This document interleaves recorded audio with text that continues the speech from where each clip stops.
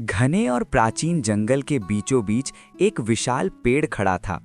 उसका तना मोटा और उम्र के साथ टेढ़ा मेढ़ा हो चुका था और उसकी शाखाएं आकाश की ओर ऐसे फैली हुई थीं जैसे किसी बुद्धिमान वृद्ध रक्षक की भुजाएं हों। उस पेड़ ने अनगिनत ऋतुएं देखी थीं। उसमें आंधियां, धूप, सूखा और अनेक जीवों की पीढ़ियों को आते जाते देखा था। इस विशाल पेड़ के तने के भीतर एक गहरा खोखला था। यही खोखला कपिंजल नाम के एक तीतर का आरामदायक घर था। कपिंजल एक खुशमिजाज पक्षी था जिसके सुंदर भूरे पंख और तेज चौकन्नी आंखें थीं। आकार में छोटा होने के बावजूद उसे अपने इस आरामदायक घर पर बहुत गर्व था। हर सुबह वो भोजन की तलाश में जंगल में उड़ जाता और हर शाम सुरक्षित रूप से उसी खोखले में लौट आता। आह, क्या अद्भुत घर है, कपिंजल अक्सर खुशी से कहा करता था। यहाँ कोई तूफान मुझे परेशान नहीं कर सकता और न ही कोई शिकारी आसानी से मुझ तक पहुँच सकता है। वो सचमुच अपने घर से बहुत प्रेम करता था। एक उजली सुबह कपिंजल और उसके मित्रों को एक रोमांचक बात पता चली। जंगल से बहुत दूर किसानों ने धान के नए खेत लगाए थे। हरे भरे छोटे छोटे पौधे अभी अभी उगने लगे थे। वे नरम, रसदार और स्वादिष्ट थे। कपिंजल की आंखें खुशी से चमक उठीं। मित्रों, वो उत्साह से चहकते हुए बोला, चलो धान के खेतों में चलते हैं। ये नए अंकुर जरूर मीठे और कोमल होंगे। पक्षी तुरंत सहमत हो गए। चलो, वे चिल्लाए। सभी मिलकर पहाड़ों और नदियों को पार करते हुए उन विशाल धान के खेतों तक पहुंच गए। वहां का भोजन इतना स्वादिष्ट था कि कपिंजल समय का ध्यान ही भूल गया। दिन पर दिन वो वहीं ठहरकर ताजे हरे अंकुर खुशी खुशी खाता रहा। उसका शरीर मोटा और स्वस्थ हो गया। बस एक दिन और, वो हर सुबह खुद से कहता, लेकिन उसे ये बिल्कुल पता नहीं था कि उसकी अनुपस्थिति उसके घर पर एक बड़ी समस्या खड़ी करने वाली है। उधर जंगल में वो विशाल खोखला पेड़ चुपचाप और खाली खड़ा था। दिन बीत गए, रातें बीत गईं, कपिंजल वापस नहीं लौटा। एक शाम शीघ्रगो नाम का एक छोटा खरगोश जंगल में घूम रहा था। शीघ्रगो अपनी तेज बुद्धि और तीखी वाणी के लिए जाना जाता था। उसका नाम ही तेज चलने वाला था और वास्तव में वो तेज, चतुर और साहसी था। जैसे ही वो जंगल के रास्ते पर उछलता कूदता आगे बढ़ रहा था, उसकी नजर अचानक उस विशाल खोखले पेड़ पर पड़ी। क्या अच्छी जगह है, उसने बुदबुदाया। जिज्ञासा से वो पास गया। उसने खोखले के अंदर झांका। वो अंधेरा, सूखा और काफी विशाल था। लगता है यहाँ कोई नहीं रहता, उसने सोचते हुए कहा। शीघ्रगो लंबे समय से एक सुरक्षित आश्रय की तलाश में इधर उधर भटकते भटकते थक गया था। जंगल में सुरक्षित घरों के लिए कई जानवर प्रतिस्पर्धा करते थे। ये खोखला तो मेरे लिए बिल्कुल सही है, उसने खुशी से कहा। बिना किसी झिझक के खरगोश उसमें कूद गया। उसने जगह को साफ किया, अपने लिए आरामदायक बना लिया और जल्द ही वहां शांति से रहने लगा। दिन हफ्तों में बदल गए। शीघ्रगो को खोखले पेड़ से लगाव हो गया। अब ये मेरा घर है, वो अक्सर गर्व से कहा करता था। लेकिन एक शाम कुछ अप्रत्याशित हुआ। जंगल में पंखों की जानी पहचानी फड़फड़ाहट गूंजी। तीतर कपिंजल आखिरकार लौट आया। धान के खेतों में हफ्तों तक दावत उड़ाने के बाद वो पहले से अधिक गोल-मटोल, मजबूत और खुश था।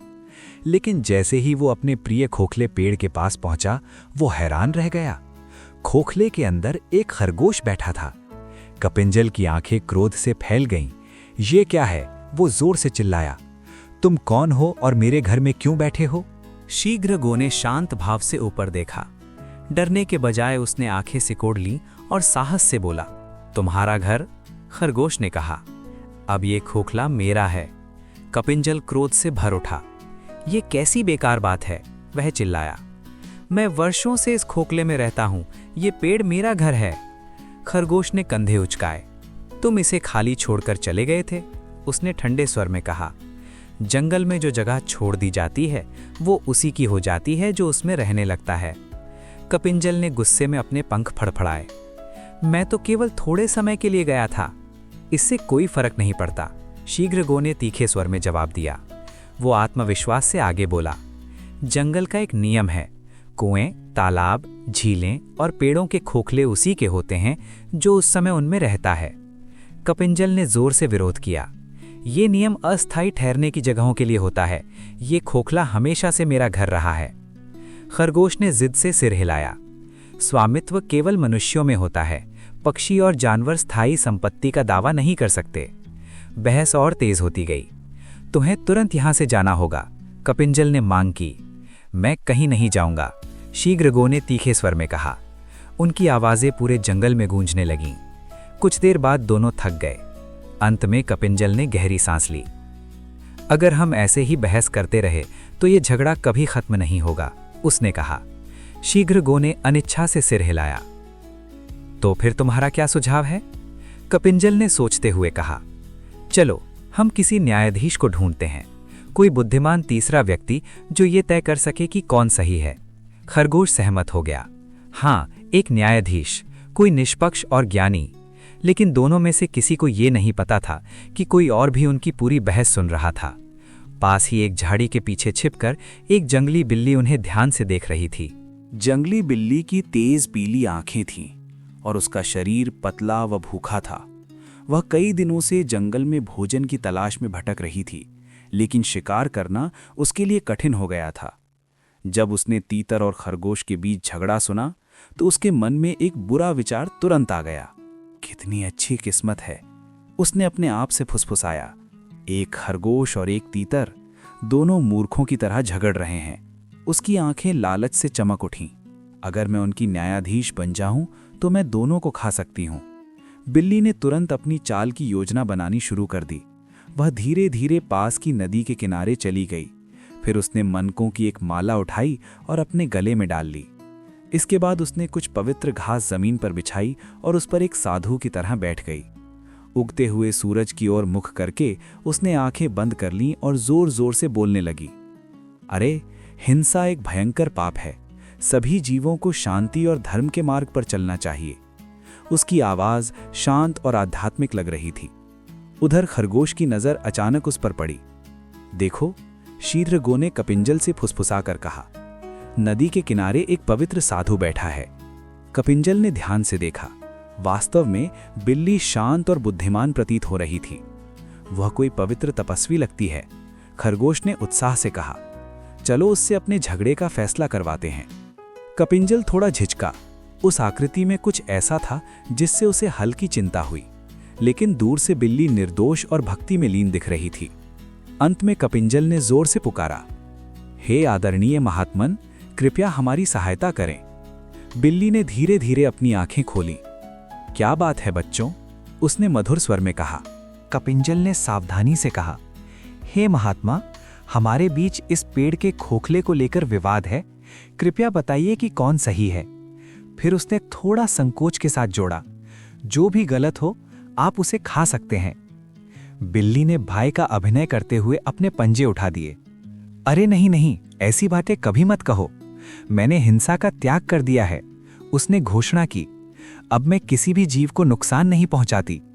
उसकी आवाज बहुत कोमल और दयालु लग रही थी। अब मैं धर्म के मार्ग पर चलती हूं। दोनों जानवरों ने राहत की सांस ली। कितनी महान आत्मा है, शीघ्रगो ने धीरे से कहा। बिल्ली ने गहरी सांस ली। मैं खुशी खुशी तुम्हारी सहायता करूंगी, वो आगे बोली। लेकिन मैं बहुत बूढ़ी हो गई हूं, मेरी सुनने की क्षमता कमजोर हो गई है। उसने आंखें सिकोड़कर उनकी ओर देखा। कृपया थोड़ा पास आओ ताकि मैं तुम्हारी बात ठीक से सुन सकूं। कपिंजल फिर से थोड़ा झिझका, लेकिन खरगोश पूरी तरह आश्वस्त हो चुका था। चिंता मत करो, शीघ्रगो ने आत्मविश्वास से कहा। वो एक पवित्र साधु है। धीरे धीरे दोनों बिल्ली के पास जाने लगे। और पास आओ, बिल्ली ने फिर से विनम्रता से कहा। स्पष्ट बोलो ताकि मैं निष्पक्ष निर्णय दे सकूं। खरगोश आगे बढ़ा। तीतर भी थोड़ा और पास आ गया। एक क्षण के लिए बिल्ली की आंखें चमक उठीं, लेकिन दोनों में से किसी ने भी ये बात ध्यान नहीं दी। खरगोश बोलना शुरू ही कर रहा था। हे महात्मा, मैंने इस खोखले को खाली पाया था। वह अपनी बात पूरी भी नहीं कर पाया था कि स्वूश! बिल्ली अचानक हवा में उछल पड़ी। उसके पंजे बिजली की तरह चमक उठे। एक ही तेज हरकत में उसने एक पंजे से खरगोश को और दूसरे से तीतर को पकड़ लिया। दोनों जानवर डर से चिल्ला उठे, क्या ये तो धोखा है। लेकिन अब बहुत देर हो चुकी थी। बिल्ली की पकड़ मजबूत और निर्दयी थी। वह क्रूरता से हंस पड़ी। तुम मूर्ख जीवों, वह ताना मारते हुए बोली, तुमने सच में ये मान लिया कि एक भूखा शिकारी साधु बन सकता है। खरगोश छूटने की पूरी कोशिश करने लगा। तीतर ने अपने पंख जोर जोर से फड़फड़ाए, लेकिन बच निकलना असंभव था। कुछ ही क्षणों में लालची बिल्ली ने दोनों को खा लिया। जंगल फिर से शांत हो गया। सिर्फ नदी पहले की तरह शांतिपूर्वक बहती रही, मानो कुछ हुआ ही ना हो। और इस प्रकार तीतर और खरगोश का मूर्खतापूर्ण झगड़ा एक दुखद अंत में बदल गया। न्याय पाने की उनकी इच्छा उन्हें सीधे खतरे में ले गई, क्योंकि कई बार सबसे बड़ा खतरा मीठे शब्दों और झूठी धर्मपरायणता के पीछे छिपा होता है। और जो लोग बिना सोचे समझे विश्वास करते हैं, उन्हें इसकी सबसे बड़ी कीमत चुकानी पड़ सकती है।